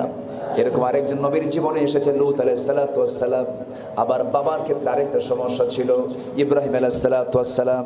তিনি একজন আল্লাহর পয়গম্বর, একজন দামি পয়গম্বর ছিলেন, যে পয়গম্বরকে আল্লাহ তাআলা গোটা মানব জাতির নেতা করেছেন। ক্বালা ইন্নী জাইলুকা লিন-নাসি ইমামা। হে ইব্রাহিম, আমি তোমাকে গোটা মানব জাতির জন্য নবী নেতা করে পাঠিয়েছি। সে ইব্রাহিম আলাইহিস সালাতু ওয়াস সালামের বাবা মুসলিম না কাফের? আস্তে মুসলিম না কাফের? একজন কাফের শুধু নয়, টাটকা মুশরিক ছিল, শিরকের কাজে সে লিপ্ত ছিল, প্রচন্ড শিরকের কাজে সে ব্যস্তময় জীবন পাড়ি দিয়েছে। ইব্রাহিম আলাইহিস সালাতু ওয়াস সালাম একটা মুশরিকের পরিবারে বড় হয়েছেন। শিরকের গন্ধগুলো তার কাছে পেয়ে এসেছিল, কিন্তু গন্ধগুলোকে তিনি গ্রহণ করেন নাই। বাবাকে তিনি দাওয়াত দিয়েছেন, বাবা সম্পূর্ণ শিরকের পথ তোমাকে ছাড়তে হবে। বাপ ছাড়লো না, পরিবার ছাড়লো না। ইব্রাহিম আলাইহিস সালাতু ওয়াস সালাম শেষ পর্যন্ত বললেন, ইন্নী বারিউম মিম্মা তুশরিকুন, তোমরা যে শিরকের কাজ করো সেই শিরকের কাজ থেকে আমি অনেক অনেক যোজন যোজন দূরে, শিরকের কাছে আমি যেতে পারবো না। পরীক্ষা চলে আসলো অনেক। খা দিতে গিয়ে ইব্রাহিম আলাইহিস সালাতু ওয়াস সালাম পরিবারের কাছে মাথা নত করেছেন না আল্লাহর কাছে মাথা নত করেছেন? আসতে বলবেন না, কার কাছে? আল্লাহর কাছে মাথা নত করেছেন। এই জন্য সকল ভালোবাসা আল্লাহর জন্য উৎসর্গ করে দিতে হবে। তওবার মানসিকতা নিয়ে ফিরে আসতে হবে, চোখের পানি ফেলে ফেলে কাঁদতে হবে।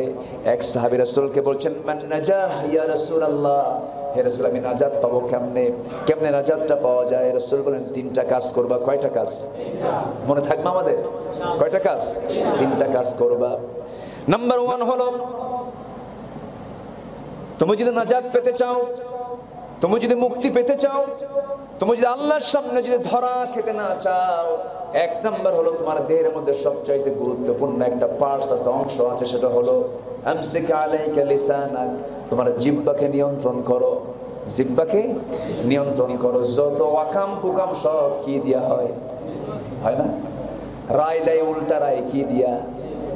হারাম খায় কি দিয়া? হারাম কথা বলে কি দিয়া?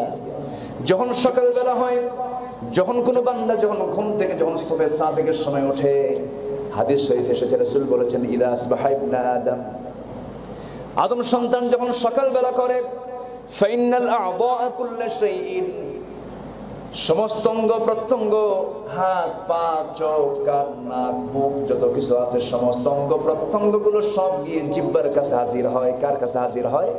জিহ্বার কাছে হাজির হয়। সে বলে, ইত্তাকিল্লাহা ফিনা, তুমি আমাদের জন্য তুমি ভয় করো আল্লাহকে। কি ভয় করবে?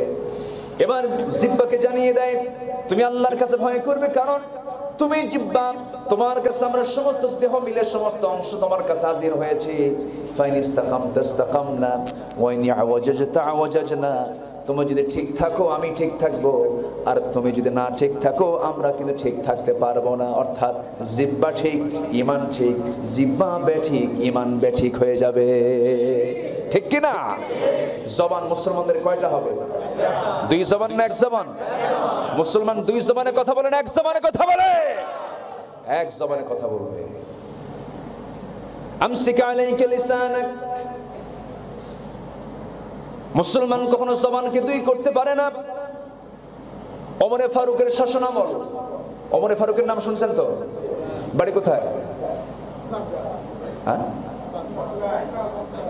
হ্যাঁ, মক্কায়। একজন বলছেন মক্কায়, ঠিক আছে, আলহামদুলিল্লাহ বলেন। ওমর ফারুকের বাড়ি কোথায়? মক্কায়। কিন্তু ইন্তেকাল করেছেন কোথায়? ইন্তেকাল হয়েছেন আর শহীদ হয়েছেন মক্কায় না মদিনায়? মদিনায়। মদিনায় রাসূলের কবরের পাশেই তার কবর, আলহামদুলিল্লাহ। ওমর ফারুক রাদিয়াল্লাহু তাআলা অর্ধ পৃথিবীর তিনি শাসনকর্তা ছিলেন। এত সাহসী মানুষ যে শয়তান পর্যন্ত তার কাছে আসতে ভয় পেত। আল্লাহু আকবার। জবান 2 না 1? তার জবান ছিল সারা জীবন 2 না 1? 1 জবান। হরমুজান নামক এক জালিম শাসক ছিল, হরমুজান। এই হরমুজান অসংখ্য মুসলমানকে শহীদ করে দিয়েছে অতর্কিত হামলা করে। সে হরমুজানকে ওমর ফারুকের সৈন্য ধরে এনে তার সামনে হাজির করে দিলেন। ওমর ফারুক বললেন, হরমুজান আজকে ধরা খেয়ে গেছো, তোমাকে আজকে ছেড়ে দেওয়া হবে না, তোমাকে দুনিয়া থেকে বিদায় করে দেওয়া হবে। হরমুজান বলতেছে, হ্যাঁ আমার তো প্রাপ্য এটাই, কারণ অসংখ্য মুসলমানকে আমি দুনিয়া থেকে বিদায় করেছি, আমিও তো বুঝি আমার মৃত্যু আজকে হবে। হযরত ওমর ফারুক বললেন, শোনো, অবশ্যই তোমাকে আজকে মৃত্যুর বদলা মৃত্যু তোমার উপরে কার্যকর হবে। কারণ ইসলামে হত্যার 3টা কাজের জন্য হত্যাটা বলবৎ করা আছে। কয়টা কাজের জন্য বলেন? 3টা কাজের জন্য। সাইয়্যিবুজ জানি, 1 নাম্বার হলো যদি কেউ জিনা করে ধরা পড়ে যায় বিবাহিত, তাকে শেষ করতে হবে। কার হুকুম? আল্লাহর হুকুম। নাম্বার 2 হলো নাফসু বিন নাফসি, যদি কেউ কাউকে হত্যা করে, হত্যাটা যদি প্রমাণ হয়ে যায়, তাকে দুনিয়া থেকে হত্যা করতে হবে। কার বিধান? আচ্ছা, নাম্বার 3 হলো আত-তারিকু লিদীনিহি, দিন থেকে বের হয়ে যাওয়া, মুরতাদ হয়ে যাওয়া। আল মুফারিকু লিল জামাত, জামাত থেকে বিচ্ছিন্ন হয়ে যাওয়া। মুরতাদ মার্কা লোক বাংলার জমিনে আছে না নাই?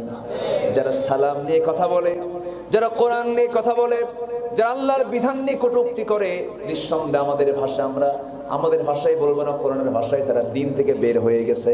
ঠিক কি না? ওমর ফারুক বললেন, শোনো, তুমি তো নাফসু বিন নাফসি, মানুষকে হত্যা করেছো, তোমাকে আজকে হত্যা করা ওয়াজিব হয়ে গেছে, তোমাকে হত্যা করে ফেলবো। এবার হরমুজান মাথা নিচু করে আসে। ওমর ফারুক বলছেন, তুমি মাথা নিচু করে কি করো? ভাবতেছে। কি ভাবতেছ? হরমুজান বলতেছে, আমি ভাবতেছি এটাই, আজকে তো আমার মৃত্যু হয়ে যাবে, তবে আমার কিছু শেষ কিছু চাওয়া ছিল, আপনি আমার চাওয়াটা পূরণ করবেন কিনা জানি না। ওমর ফারুক বলেন, ঠিক আছে, তোমার শেষ চাওয়াটা কি বলো। এই সময় বলা হলো, হরমুজান টেকনিক্যালি বলে ফেললো, ওমর, আমার চাওয়া তো অন্য কিছু নয়, আমার শরীরটা কাঁপতেছে, আমি যেহেতু মরেই যাচ্ছি, আমি ছটফট করছি পানির জন্য, আমাকে 1 গ্লাস পানি দাও তো। 1 গ্লাস পানি চাওয়া হলো। হরমুজান যখন 1 গ্লাস পানি চেয়ে বসলো, ওমর ফারুক ডাক দিয়ে বললেন, শোনো, 1 গ্লাস পানি নিয়ে আসো, তাকে 1 গ্লাস পানি দিয়ে দাও। 1 গ্লাস পানি দেওয়া হবে। এমন সময় ওমর ফারুক তাকে লক্ষ্য করে দেখছেন, সেই হরমুজান থরথর করে কাঁপতেছে। তার কাঁপনে দেখে ওমর ফারুক বলছেন, হরমুজান, তুমি থরথর করে কাঁপো কেন? কোনো জবাব নাই। গ্লাস যখন তার হাতে দেওয়া হলো, সেও কাঁপে, পানি ভর্তি গ্লাসটাও থরথর করে কাঁপতেছে, গ্লাসও কাঁপে, সেও কাঁপে। ওমর ফারুক বলছেন, হরমুজান, তুমি কাঁপতেছো কেন? থরথর করে তুমি কাঁপতেছো, এর কারণটা কি? হরমুজান বলতেছে, এই যে গ্লাসের পানিটা দিয়েছেন আমাকে, এই 1 গ্লাস পানিকে আমি পান করতে পারবো কিনা জানি না, তার আগে তরবারি আমার গলায় চালিয়ে দেয় কিনা, আমার গর্দনে চালিয়ে দেয় কিনা, এই আশঙ্কা আমি কাঁপতেছি। ওমর ফারুক বলছেন, হরমুজান, শোনো, মুসলমান কিন্তু এক জবানে কথা বলে, চিন্তা করো না। তোমার হাতের যে গ্লাস তোমাকে দেওয়া হয়েছে পানি পান করানোর জন্য, এই গ্লাসের পানি পান না করা পর্যন্ত আমরা তোমার গলায় কোনো ছুরি আঘাত করব না, তরবারির আঘাতটা করব না। এই কথা শোনা মাত্রই হরমুজান টেকনিক্যালি করলো কি, সেই গ্লাসের পানি ফেলে দিল মাটিতে। যখন গ্লাসটা যখন মাটিতে ফেলে দিল, পানি ভর্তি গ্লাস যখন ফেলে দেওয়ার পর যখন পানিটা পড়ে গেল, গ্লাসটাও ভেঙে গেল। ওমর ফারুক বলছেন, ও হরমুজান, তুমি এমনটা করলে কেন? কমর, তোমরা নাকি এক জমানে কথা বলো, তুমি তো কিছুক্ষণ আগেই বলেছো এই গ্লাসের পানি না পান করা পর্যন্ত তোমার উপরে কোনো তরবারির কার্যকর করা হবে না, তোমার প্রতি কোনো আঘাত করা হবে না। আমি পানি পান করলাম না, ফেলে দিলাম। সমস্ত মুসলমান বলে ফেললেন, আমিরুল মুমিনিন এ তো চরম প্রতারক, বাঁচার জন্য কৌশল করতেছে, আপনাকে একটা বাঁকা অবস্থায় ফেলে দিচ্ছে, আপনাকে বেকায়দার অবস্থায় ফেলে দিচ্ছে, আপনি ছাড়বেন না, আপনি তাকে দুনিয়া থেকে হত্যার অর্ডার দিয়ে দেন।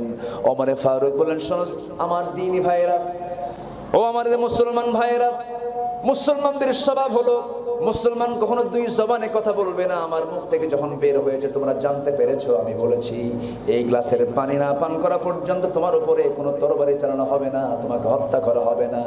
এই কথা যেহেতু আমার মুখ থেকে বের হয়ে গেছে, আমি ওকে হত্যা করতে পারলাম না, আমি ওরে মুক্তি দিয়ে দিলাম। একটু আস্তে করুন সুবহানাল্লাহ, জোরে বলুন সুবহানাল্লাহ। মুসলমানদের জবান 2 রকম হবে না 1 রকম হবে? 2 হবে না 1 হবে? 1 হবে। মুসলমান 2 জবানে কথা বলবে না।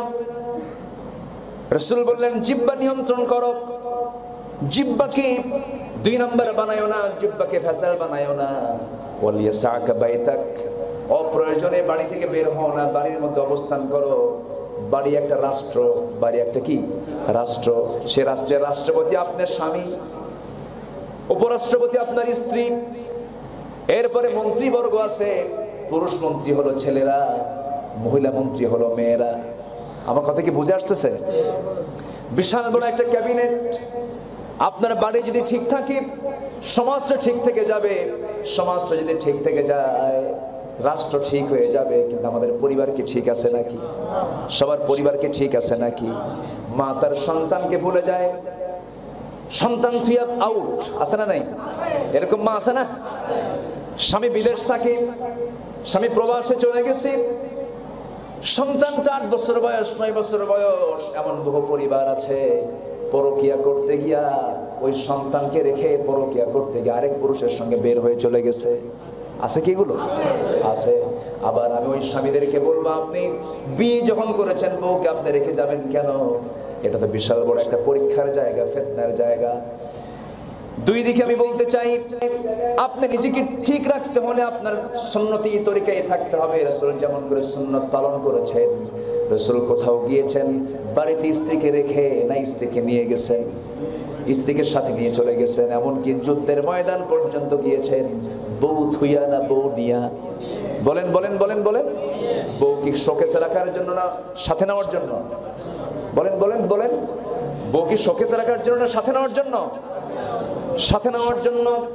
রাসূল যে জীবনে একটাবার তিনি হজ করেছেন, আয়েশা বর্ণিত হাদিস, হযরত আয়েশা বলেন রাসূল আমার সঙ্গে যখন একসঙ্গে আমরা যখন হজের কার্যক্রম শুরু করব, ইহরামের কাপড় তিনি পরবেন। ইহরামের কাপড় হলো দুইটা কাপড়, একটা হলো পরনের জন্য আরেকটা গায়ের জন্য। ইহরামের কাপড় যখন রাসূল পরবেন, রাসূল করলেন কি আমাকে আস্তে করে ডাক দিলেন, আড়ালে নিয়ে চলে গেলেন, এরপর আমার সঙ্গে সহবাস করলেন।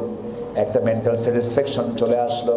যখন কোনো বৈধ স্বামী যখন বৈধ স্ত্রীর সঙ্গে যখন সহবাস করে, তার ইমানের পরিমাণ তার কমে না বাড়ে? ইমানটা দুর্বল হয় না মজবুত হয়ে যায়? এর মধ্যে প্রশান্তি আছে না নাই? আসতে বলবেন না, আছে না নাই? আছে। অবৈধ সম্পর্কের ভিতরে কোনো প্রশান্তি নেই। ইমানটা পাহারা দেবে হলো স্ত্রী, ইমানটা পাহারা দেবে হলো স্বামী, স্বামীর ইমান পাহারা দেবে স্ত্রী, স্ত্রীর ইমান পাহারা দেবে হলো স্বামী। হুন্না লিবাসুল লাকুম ওয়া আনতুম লিবাসুল লাহুন্না। সে তোমার পোশাক, তুমি তার পোশাক। যখন তুমি কোথাও যাবে বউকে সাথে নিয়ে চলে যাবে। চাকরিতে যাও, 10 দিনের জন্য যাচ্ছ নিয়ে যাও, 7 দিনের জন্য যাচ্ছ নিয়ে যাও, স্ত্রীকে কখনো দূরে রাখা যাবে না। কারণ শয়তান যেখানেই ফাঁক পায় সেখানে কি কি কি ঠোকার চেষ্টা করে। শয়তান তো মারাত্মক জিনিস, শয়তান তো রন্ধ্রে রন্ধ্রে ঢুকে যায়। সুম্মা লাআতিয়ান্নাহুম মিন বাইনি আইদিহিম ওয়া মিন খালফিহিম ওয়া আন আইমানিহিম ওয়া আন শামাইলিহিম ওয়া লা তাজিদু আকসারুহুম শাকিরিন। শয়তান কি করে? ডান থেকে বাম থেকে সামনে থেকে পিছন থেকে সব দিক থেকে পাকড়াও করে ফেলে। শয়তানের টার্গেট হলো তাকে জাহান্নামের দিকে নিয়ে যাওয়া। আমাদের টার্গেট হলো আমরা কোন দিকে যাব? জান্নাতের দিকে চলে যাব। এই জন্য শয়তান যেন কোনো চান্সই না পায়, এই জন্য বিয়ের কথা বলে দিলেন, বিয়েটা করে না, বৈধ পথে তুমি স্ত্রী সহবাস করো, কোনো সমস্যা নাই, বরং আমি সওয়াব দিয়ে দেব, আমি তোমার আমলনামে সওয়াব দিয়ে দেব। একটাও তোমার হচ্ছে না, তুমি 2টা বিয়ে করো, 2টা হচ্ছে না, তুমি 3টা বিয়ে করো। কিন্তু আল্লাহর কসম, আমার রাসূল বলতেছেন খবরদার খবরদার জিনার কাছে যাইও না। এখন বিয়ে একটা কইরা সাইনবোর্ড ধরে রেখে প্রত্যেকটা রাত পার করে নতুন নতুন নারী নিয়ে এমন অসভ্য নেতা সমাজে আছে না নাই? আসতে বলবেন না, আছে না নাই? তোরা বলিস ধর্ষণ বন্ধ করবি, একটা চারিত্রিক সনদ আমাদের আছে, তিনি হচ্ছেন রাসূল। রাসূলকে নিয়ে কত বাজে কথা বলে, তার নাকি স্ত্রী বহু ছিল, এরকম করে বলে। এতগুলো বউ তার জীবনে ছিল, এতগুলো স্ত্রী নিয়ে তিনি থেকেছেন, তার চরিত্র ভালো ছিল না, জোরে কর নাউজুবিল্লাহ, এমন করে কথা বলে। অথচ এক স্ত্রী নিয়ন্ত্রণ করা কঠিন না 2 স্ত্রী নিয়ন্ত্রণ করা কঠিন? হ্যাঁ বলেন বলেন, একটা কঠিন না 2টা কঠিন? বলেন, একটা কঠিন না 3টা কঠিন? একটা কঠিন না 4টা কঠিন?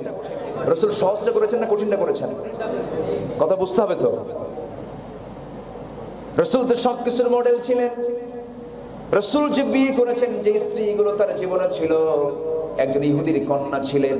ইহুদির কন্যাটা, ইহুদির কন্যা মানে কি জটিল ব্যাপার, কিন্তু ইহুদি কন্যাকে তিনি স্ত্রী হিসেবে গ্রহণ করেছেন, তাকেও নিয়ন্ত্রণ করেছেন, তাকেও কাছে টেনেছেন। স্ত্রীর মাঝে কোনো গন্ডগোল হতে দেন নাই তিনি, কখনো সমতা রক্ষা করেছেন। গোটা পৃথিবীতে আজকে মানবতার দিকে আপনি যদি তাকান, গোটা পৃথিবীতে সংখ্যার দিক থেকে আখেরের জামানায় পুরুষ বেশি হবে না মহিলা বেশি হবে? বলেন বলেন বলেন বলেন। আজকে মার্কেটে পুরুষ বেশি না মহিলা বেশি? আজকে প্রধানমন্ত্রী পুরুষ না মহিলা? শিক্ষামন্ত্রী পুরুষ না মহিলা? স্পিকার পুরুষ না মহিলা? শিক্ষার দায়িত্ব পুরুষ না মহিলা? এত মহিলা পাওয়ার থাকার পরও ধর্ষণ কেন হয়? এর মানে বুঝতে হবে শুধু ক্ষমতায় থাকলে পরেই ধর্ষণ বন্ধ হয় না। এর জন্য দরকার কার বিধান? আল্লাহর বিধান দরকার। আমার কথা কি বুঝে আসতেছে ভাই? আলোচনা চালাবো? চালাবো। খাবেন না আপনারা? খাওয়া দাওয়া তো করতে হবে। এত দ্রুত আজকে সময় চলে গেল কেমন আমি তো বুঝলাম না। আলোচনা আমাদের তো আসলে আমরা তো ওই একটু ওয়াজ করি, ওয়াজ এক জিনিস আর বক্তৃতা এক জিনিস। আমাদের সময় একটু বেশি লাগে, আর ঘন্টা দুয়েক সময় হলে আর একটু ভালো হতো, কিন্তু সেই সময়টা তার নাই। এখন যদি আমি আরেকটু বাড়ায় দিতে যাই তখন নামাজের একটা মাকরু সময় চলে আসবে। এটা নিয়ে আবার ফতুয়া শুরু হয়ে যাবে যে হুজুর ওয়াজ করতে এসে নামাজ শেষ।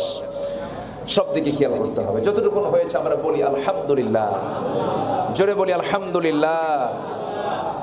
পূজা চলতেছে, পূজার নারিকেলের নাড়ু সবাই খাবেন বিসমিল্লাহ কয়া, সমস্যা নেই। যাবে না? যাবেন কেউ? তাদের পূজা মণ্ডপে তারা যাবে, আমরা পাহারা দেব, কোনো সমস্যা নেই। প্রশাসনিক ভাইরা তারা পাহারা দেবে। রাসূল বলেছেন আখিরের জামানায় একটা ফিতনা হবে, সেটা হলো শিরকের কাজে মানুষ সহযোগিতার হস্ত প্রসার করবে। এখন এটা আছে না নাই বলেন তো? আছে। পূজা মণ্ডপ চলছে, মুসলমানরা সাহায্য সহযোগিতা করতেছে। 200-300 কোটি টাকা পূজার মণ্ডপে বরাদ্দ হয়, আর ওয়াজ মাহফিল নিজের পকেটের টাকা লাউ কুদু বেচার টাকা দিয়ে মাহফিল করে, সেই মাহফিল করতে দেয় না। ঠিক কিনা? এর চাইতে বড় কষ্ট আর কি হতে পারে? এর চাইতে বড় যন্ত্রণার কি হতে পারে? এই দেশে যতটুকু ইসলামী তাহজিব তামাদ্দুন টিকে আছে, এই দেশের ওয়াজ মাহফিল তাফসীর মাহফিলের মধ্য দিয়া। ঠিক কিনা? আজকে 90% মুসলমানের দেশে কতগুলো চ্যানেল, টেলিভিশন চ্যানেল কি একটা দুইটা? প্রায় 50টার কাছাকাছি চ্যানেল আমার দেশে সমস্ত নারী পুরুষরা দেখে। ভারতের চ্যানেলগুলো দেখে, এর মধ্যে 2-1টা ইসলামিক চ্যানেল ছিল, সেগুলো কি চালু না বন্ধ? আলহামদুলিল্লাহ। জোরে কোন, আরো জোরে বলেন। অথচ যেগুলো বন্ধ হওয়ার কথা, আমি আমার মা বোনদেরকে উদাত্ত আহ্বান জানাবো, বিশেষ করে ইন্ডিয়ান ফিল্মগুলো, ইন্ডিয়ান নাটকগুলো দেখে মেয়েদের লাজ লজ্জা শরম একেবারে শেষ। ঠিক কিনা? ওরা ওদের ধর্মকে লালন করে নাটক সিনেমা নির্মাণ করে।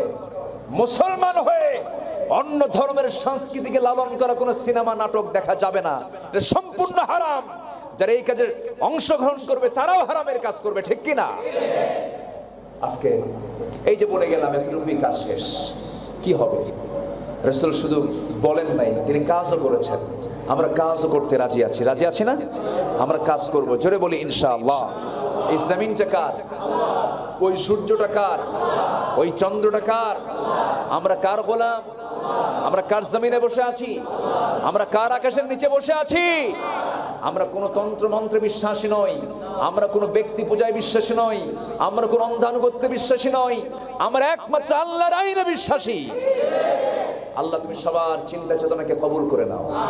জোরে বলি আল্লাহুম্মা আমিন। আরো জোরে আল্লাহুম্মা আমিন। সময় সুযোগ হলে আজকে 6 বছর পর আপনাদের সঙ্গে দেখা হলো আমার। 6 বছর পর। আমি আজ থেকে 6 বছর আগে পুটখালিতে এসেছিলাম। আমার নাসির ভাইয়ের সঙ্গে সেই সময় থেকে পরিচয়। আলহামদুলিল্লাহ, আল্লাহ তুমি তার ব্যবসায় বরকত দিয়ে দাও। আসতে বলেন কেন? জমিনা গন্ডগোল নাকি? জোরে বলেন আল্লাহুম্মা আমিন। একটু তো হতেই পারে, সমস্যা হতেই পারে, কিন্তু আমরা উদার হব। আমরা কি হব? উদার হব। জোরে বলি আল্লাহুম্মা আমিন। আপনি নাসির ভাইয়ের জন্য আমিন বলবেন না, আল্লাহ আপনার জন্য আমিন বলবেন না। এখানে প্যাঁচ আছে কিন্তু। আপনি অন্যের জন্য দোয়া করবেন, আপনি নিজের জন্য দোয়া হয়ে যাবে। তাহলে এখন আমরা ভাববো যে শুধু নাসির ভাইয়ের জন্য না, ওই দোয়াটা আমাদের জন্য হচ্ছে। আল্লাহ তুমি নাসির ভাইকে কবুল করো। জোরে বলি আমিন। এই আমিন কার জন্য হলো? আমাদের জন্য হয়ে গেল। আমাদের জন্য হয়ে গেল। অনেক মুরব্বীরা এসেছেন, অনেক মুরব্বী, দাড়ি পাকাওয়ালা মানুষ। আমি যখন আয়াত বলি, এই মুরব্বী তখন আমার সঙ্গে আয়াতের কোটেশনগুলো আমার সঙ্গে মিলায় মিলায় বলতেছিলেন। আলহামদুলিল্লাহ। আমাকে পড়াতে পারবেন এরকম বহু আলেম ওলামা এখানে আছেন। যতটুকুন হয়েছে আমার এই সংক্ষিপ্ত সময়ে, আসলে তো আমাদের অডিয়েন্সটা মাহফিল হলে, একটু খোলা মাঠ হলে, নিরিবিলি পরিবেশ হলে, তখন একটু আলাদা একটা মাহফিলের একটা প্রাণটা কিন্তু আলাদা। জুমার নামাজের এটা একটা আলাদা একটা পরিবেশ কাজ করে, আর বাইরে মাহফিলের একটা পরিবেশ কিন্তু আলাদা পরিবেশ কাজ করে। আসুন আমরা এরকম একটা যেন পরিবেশ ফিরে পাই। আল্লাহ তুমি আমাদের কেমন একটা অনুকূল পরিবেশ দিয়ে দাও, জোরে বলি আল্লাহুম্মা আমিন। এই মাহফিলটা গত বছর করতে চেয়েছেন, পারেন নাই নাসির ভাই, ওই যে কি শুরু হলো করোনা, এরপর আগের বছরও কি জানি প্রবলেম ছিল, হয়নি। আগের বছর আমারই প্রবলেম ছিল, আমি পারিনি আসতে। মাঝে মাঝে তো ইনসাইডও যেতে হয়, মাঝে মাঝে নিখোঁজ, মাঝে মাঝে কি নিখোঁজ, এই সিচুয়েশনগুলো হয়। তা আল্লাহ যেন আমাদের সবাইকে হেফাজত করেন, আল্লাহ যেন সবাইকে সমস্ত ফিতনা থেকে, সমস্ত বদনজর থেকে আল্লাহ আমাদেরকে যেন হেফাজত করেন, জোরে বলি আল্লাহুম্মা আমিন।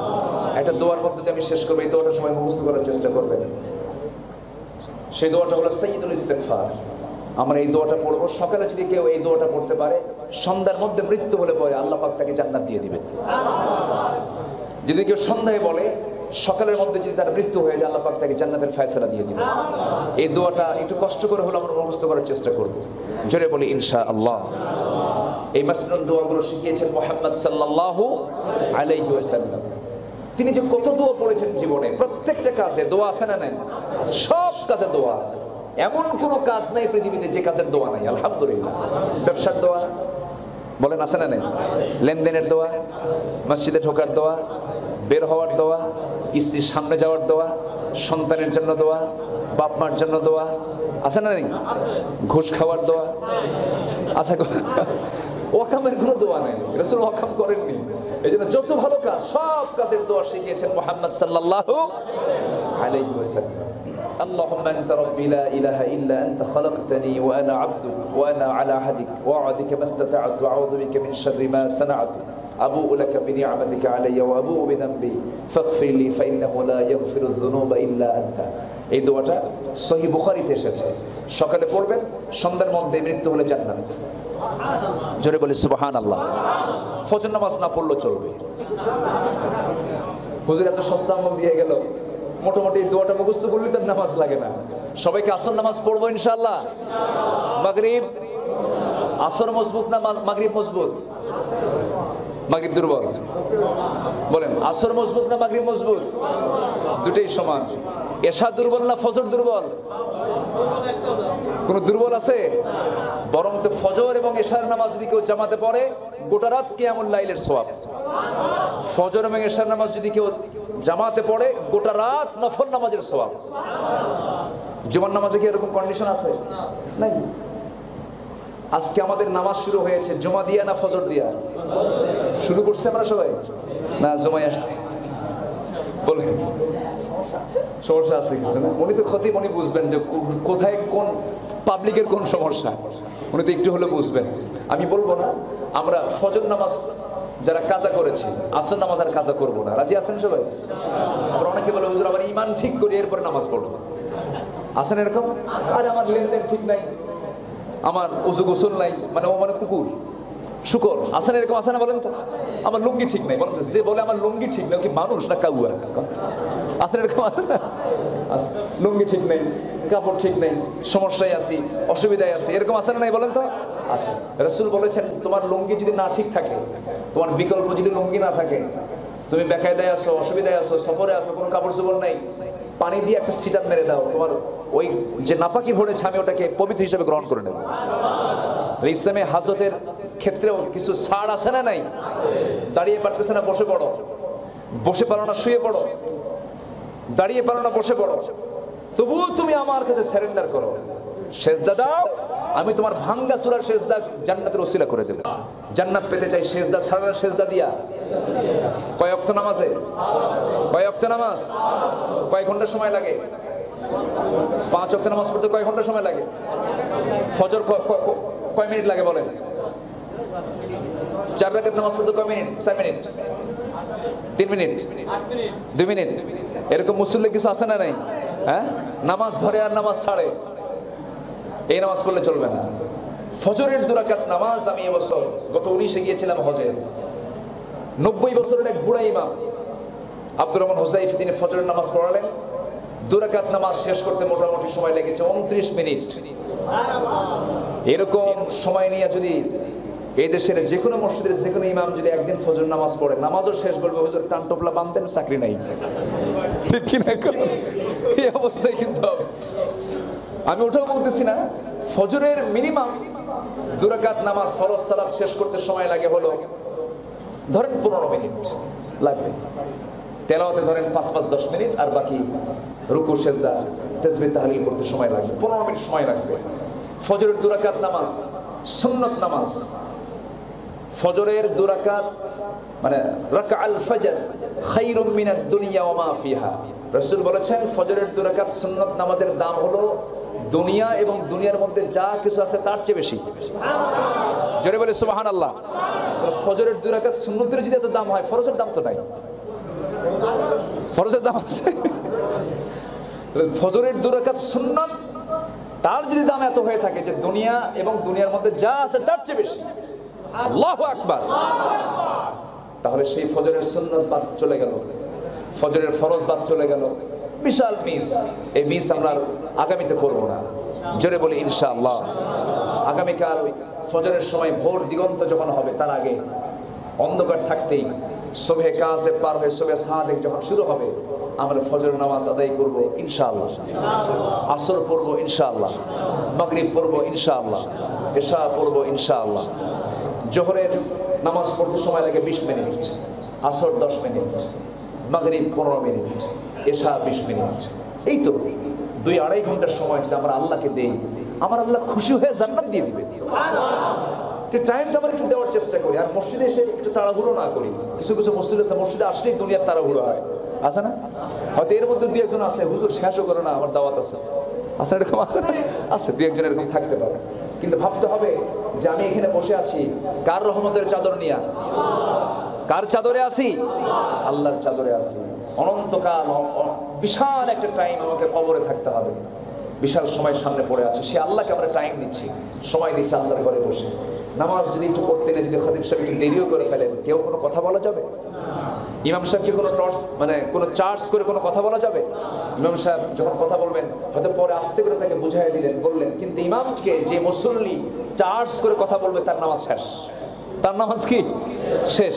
যে মুসল্লি ইমামকে নিয়ে বেয়াদবি করবে তার সব শেষ। গুরুত্বপূর্ণ জিনিস কিন্তু এটা। এই জন্য আসুন আমরা এই আদবগুলো শিখি, দিনের শিক্ষাগুলো আমরা শেখার চেষ্টা করি। আর আজকে যে বিষয়ের উপর আমি কথা বললাম মোটামুটি ভাবে, সেটা হলো একমাত্র এই পৃথিবীতে চলতে হলে আমাকে আপনাকে অনুশাসন মেনে চলতে হবে, আইন মেনে চলতে হবে। কার? ধর্ষণ বন্ধ হবে কার বিধানে? অসামাজিক কাজ বন্ধ হবে কার বিধানে? এবং আমরা আল্লাহর সন্তুষ্টি হাসিল করার জন্য আমরা ফরজ নিয়ে আমরা এগিয়ে যাব। যত ফরজ আছে হুকুমগুলো মানবো। জোরে বলি ইনশাআল্লাহ।